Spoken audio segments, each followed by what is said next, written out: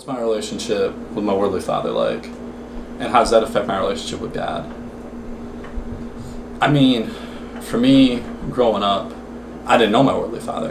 And I didn't have any male role models at all. And it caused a lot of anxiety. I often felt like a failure of this animosity towards my father and this bitterness. And like, why weren't you there? You know, like, you should have been there for me. And I'm just a kid. Like, you brought me into this world. Like, why should I have to reach out to you? But when I thought about, like, my sinfulness and, like, the mistakes that I made and that God has forgiven me of all that, you know, just definitely, like, I understood that I had to forgive my worldly father. I guess a little bit of background about my dad.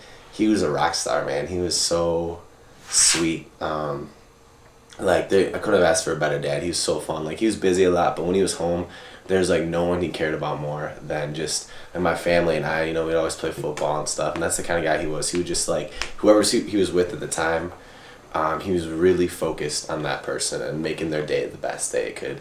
He was a really godly man, loved the Lord a ton, and so it was great. But the problem is, when I was 9 years old, he passed away, and I was miraculously saved, actually. But just that situation, like the next day, we learned that he was, like, for sure dead. And so I just remember, like, crying for longer than I've ever cried, like 2 hours straight of, like, hard crying. So I didn't, like, have any tears left, and my mom just holding me and being like, you know, God's got it, God's got it.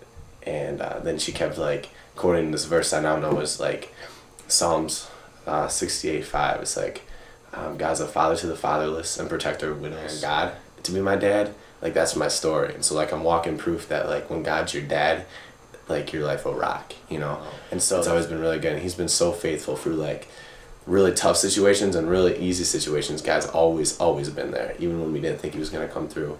And so how that affected my godly father is, like, he is my dad. Like, I don't have a dad, you know. And so my dad has to be God. And I grew up and I felt really alone my entire childhood, and I didn't love my father. I hated being around him because he abused drugs my whole life.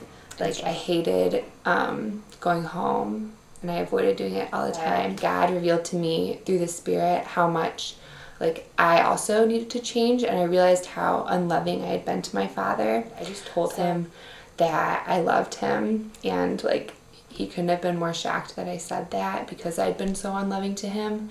And I told him that I choose to love him even though he's still hurting me by choosing to do drugs.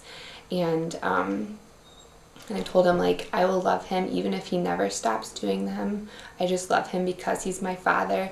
And I told him the only way that I can love him that way is because Jesus also chose to love me even when I was still living hostile towards him, still disobedient. Summer, while I was on summer project in Virginia Beach, I got a letter from my dad, and he told me that he had become a Christian through our relationship and what I had explained to him about the gospel and a church that he started going to. At the end of the summer, right before I came back to school this year, I was just sitting in my bedroom one night talking to my dad, and we weren't talking about anything in particular, but at the end, my dad hugged me, and I felt like it was, like, the first time I just thought, like, I get it. Like, I get that this is how God loves me.